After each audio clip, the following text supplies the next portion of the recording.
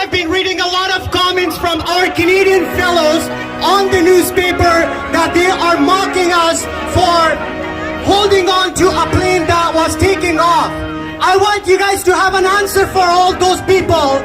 If a building like this is on fire, we have seen it probably on social media, YouTube, that people will jump off the 20th floor for their safety.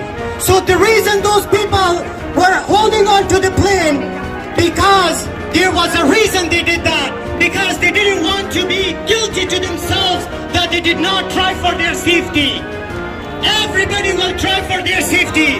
The person jumping off that building, that floor, knows that that person is gonna die. And the people that were holding on to the plane, they knew that they were gonna die either way, but they preferred to die that way, not the other way, which we all don't want to die that way.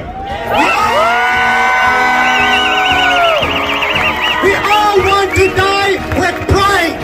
We are not scared of our lives. We are not scared of our lives, but we don't want to be dead by these kind of animals that are there today. And the United States betrayed us.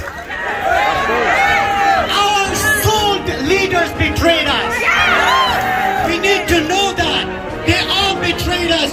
We are the innocent poor people who are suffering today, and we are raising the voices of those Afghans in Afghanistan that have no voice. They are under pressure.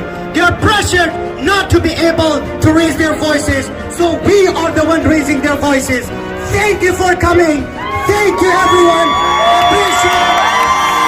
Thank you. I love you all. Zindabad Afghanistan. Shundaidwi Afghanistan. Thank you, everyone.